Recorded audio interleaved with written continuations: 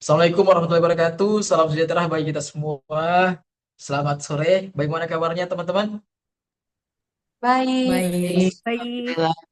Baik, alhamdulillah sehat. Kembali di hari ini tentunya kita akan kembali mengerjakan tugas kelompok kita, khususnya tugas tabel analisis mengenai nilai-nilai berakhlak, khususnya nilai kolaboratif. Dan sebelum kita mulai menganalisis, izin saya share screen dulu ya teman-teman ya.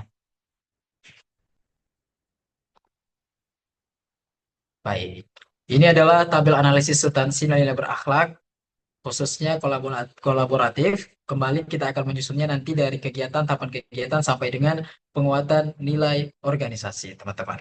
Baik, kegiatan kita hari ini kita akan bahas mengenai penelitian serta penentuan hak oleh panitia adjudikasi. Dan tentunya dari kegiatan ini kita akan mencoba menganalisis serta menghadirkan tahapan-tahapan kegiatan, output hasil sampai dengan penguatan nilai organisasi itu sendiri. Baik, terkait dengan kegiatan penelitian dan penentuan hak panitia adjudikasi, kita akan memilih beberapa tahapan kegiatan tentunya.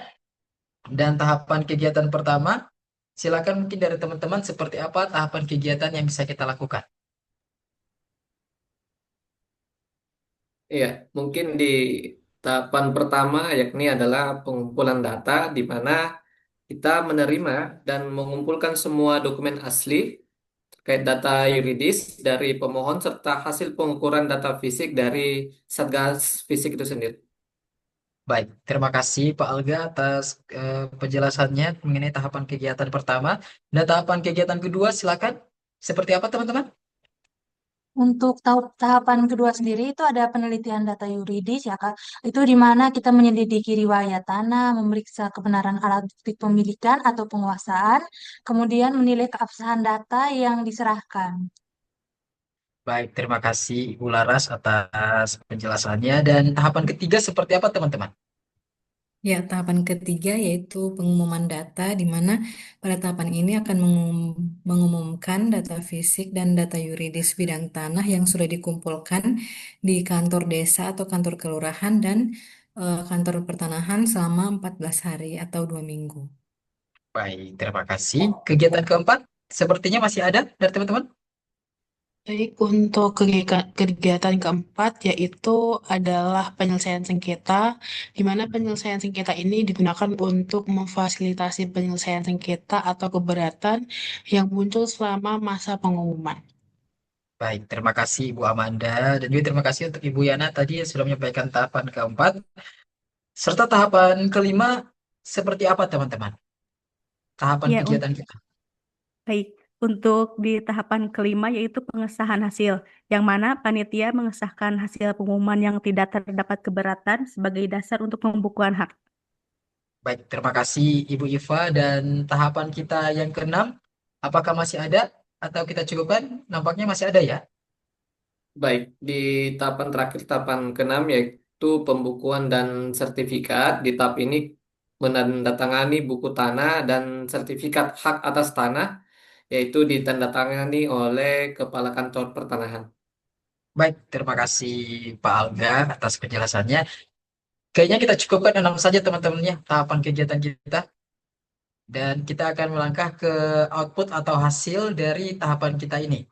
Baik, untuk kegiatan pertama seperti apa teman-teman? Baik, untuk hasil dari tahapan pertama itu ada berkas permohonan, lalu ada gambar ukur atau surat ukur. Baik, terima kasih. Kalau untuk output atau hasil dari tahapan kedua seperti apa teman-teman? Ya, dari tahapan kedua ini penelitian data yuridis itu output atau hasilnya yaitu risalah penelitian data yuridis yang dijadikan sebagai dasar keputusan. Baik, terima kasih. Dan untuk tahapan ketiga seperti apa, teman-teman? Baik, untuk output atau hasil dari tahapan ketiga itu data menjadi final jika tidak ada keberatan atau sengketa. Baik. Kalau untuk output dari tahapan keempat, seperti apa, teman-teman? Untuk output atau hasil dari tahapan keempat yaitu berita acara penyelesaian sengketa.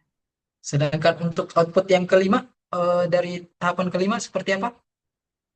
Untuk tahapan kelima itu keputusan penegasan konversi, Pak Amin. Oh, baik.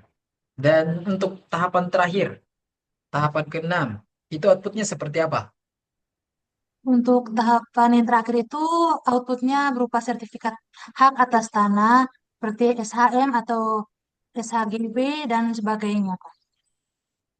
Baik, terima kasih. Baik, teman-teman. Itu adalah output kita. Dan sekarang kita mau bahas mengenai keterkaitan substansi kita dengan nilai-nilai berakhlak, khususnya kolaboratif, ataupun dapat kita kembangkan dengan nilai-nilai lainnya. Untuk tahapan pertama seperti apa? Ya, baik pada tahapan pengumpulan data ini, eh, nilai berakhlak itu ada yang pertama akuntabel, yaitu cermat dan bertanggung jawab dalam mengelola dokumen asli. Lalu yang kedua yaitu kompeten, di mana pada tahapan ini eh, kita dapat melaksanakan tugas dengan kualitas yang terbaik. Baik, terima kasih. Untuk tahapan kedua, kira-kira nilai apa atau nilai berakhlak seperti apa yang bisa yang ada keterkaitannya? Silakan. Baik, untuk tahapan kedua ini yang dapat diambil adalah akuntabel, di mana jujur dan berintegritas dalam menilai kebenaran data, lalu juga kompeten, di mana menganalisis data yuridis secara profesional. Baik, terima kasih. Untuk tahapan ketiga, seperti apa dari teman-teman sekalian? Untuk di tahapan ketiga, keterkaitannya yaitu dengan nilai kolaboratif, yaitu bersama dengan perangkat desa bersinergi dalam pengumuman data dan pengumuman di kantor desa atau di titik keramaian masyarakat. Baik, terima kasih Mbak Iva. Dan untuk selanjutnya, kita ke tahapan keempat, seperti apa keterkaitannya dengan kegiatan, dengan nilai-nilai maksudnya? Silakan. Baik, di tahapan keempat sekiranya ada dua nilai berakhlak. Yang pertama adalah harmonis, di mana memberikan kesempatan yang setara bagi semua pihak, pemilik, lama, penggarap maupun tetangganya, untuk menyampaikan bukti, klaim, dan keberatan mereka tanpa memihak. Kemudian ada kolaboratif, menggandeng aparat desa atau kelurahan, tokoh adat atau babinsa, dan lain sebagainya jika sengketa mengarah ke konflik pertanahan untuk membantu proses mediasi karena mereka lebih mengenal histori dan sosial budaya di daerah setempat. Baik, terima kasih Pak Alga. Dan untuk keterkaitan substansi mata pelatihan kita, kegiatan ke tahapan kegiatan kelima seperti apa teman-teman?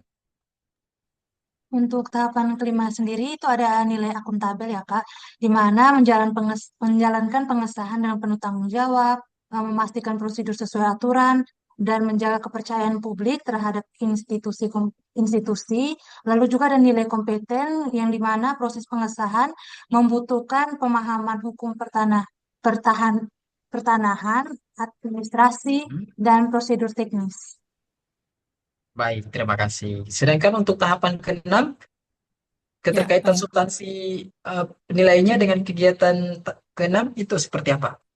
Ya, pada tahapan yang keenam ini ada akuntabel di mana menjamin bahwa dokumen resmi seperti buku tanah dan sertifikat telah diperiksa dengan cermat dan sesuai dengan prosedur hukum. Lalu ada juga nilai loyal, yaitu menjaga nama baik instansi dengan memastikan proses pertanahan dilakukan sesuai peraturan dan etika. Baik, terima kasih. Baik, dan kita melangkah ke kolom berikutnya yaitu kontribusi terhadap visi misi ATR BPN Kementerian kita. Silakan di tahapan pertama ini seperti apa kontribusinya terhadap visi misi? Baik, untuk tahapan pertama ini kontribusinya melalui pengumpulan dan verifikasi data yang akurat. Kegiatan ini mendukung misi pertama, di mana misi pertama itu adalah pengelolaan pertanahan yang berbasis digital, terintegrasi, serta mendukung terwujudnya pengelolaan pertanahan yang berkualitas dan berkepastian hukum. Baik, terima kasih Bu Amanda. Dan untuk tahapan kedua, seperti apa kontribusi terhadap visi misi? Silakan. Ya. Untuk kontribusi terhadap visi misi organisasi, yaitu Hmm, melalui penelitian data yuridis secara profesional atau kompeten dan berintegritas, kegiatan ini secara langsung mendukung tujuan kedua, yaitu peningkatan kepastian hak atas tanah yang berkeadilan, yang merupakan turunan dari visi organisasi itu sendiri, yaitu pengelolaan pertanahan yang berkeadilan dan berkepastian hukum. Baik, terima kasih Ibu Iva atas pemaparannya. Dan selanjutnya tahapan ketiga seperti apa teman-teman? Kontribusi terhadap visi misi ATR BPN. Baik, untuk tahapan ketiga, kontribusinya terhadap visi misi yaitu melalui pengumuman data yang melibatkan sinergi dengan perangkat desa. Dalam hal ini kolaboratif, kegiatan ini mendukung misi pertama dalam mewujudkan pengelolaan pertanian yang terintegrasi, sekaligus memastikan tidak adanya sengketa untuk mencapai pengelolaan yang berkepastian hukum. Baik, terima kasih Pak Alga atas pemaparannya. Dan untuk tahapan selanjutnya atau yang keempat seperti apa teman-teman? Untuk tahapan keempat itu melalui proses mediasi dan kolaborasi dengan pihak terkait atau harmonis dan kolaboratif. Tahapan ini mendukung tujuan empat, yaitu pelayanan yang optimal, cepat, prudent, dan akuntabel. Lalu hal ini merupakan eh, turunan dari misi kedua, yaitu mewujudkan birokrasi yang bersih dan efektif dalam rangka mencapai pengelolaan pertanahan yang berkeadilan. Baik, terima kasih Ibu Laras. Dan tahapan kelima seperti apa kontribusinya terhadap kementerian atau visi misi organisasi? Ya, dari tahapan kelima ini kontribusinya yaitu melalui pengesahan hasil dengan penuh tanggung jawab. Tahapan ini mendukung tujuan kelima yaitu reformasi birokrasi yang kuat dan terkendali, di mana hal ini merupakan turunan dari misi kedua dalam mewujudkan birokrasi yang bersih dan efektif demi tercapainya pengelolaan pertanahan yang berkepastian hukum. Baik, terima kasih Ibu Yana atas penjelasannya dan pemaparannya. Dan terakhir dari kontribusi, maksudnya dari tahapan kegiatan keenam, kontribusi terhadap visi misi ATR BPN seperti apa? Baik dari tahapan keenam ini melalui penerbitan sertifikat yang akuntabel dan sesuai prosedur hukum, tahapan ini menjadi output akhir yang mendukung tujuan dua, di mana misi pertama adalah mendukung pertumbuhan ekonomi berkelanjutan demi tercapainya visi organisasi. Baik, terima kasih Ibu Amanda dan nampaknya telah eh, kita penuhi kontribusi terhadap ATR BPN terkait visi misi ATR BPN mengenai tahapan kegiatan kita.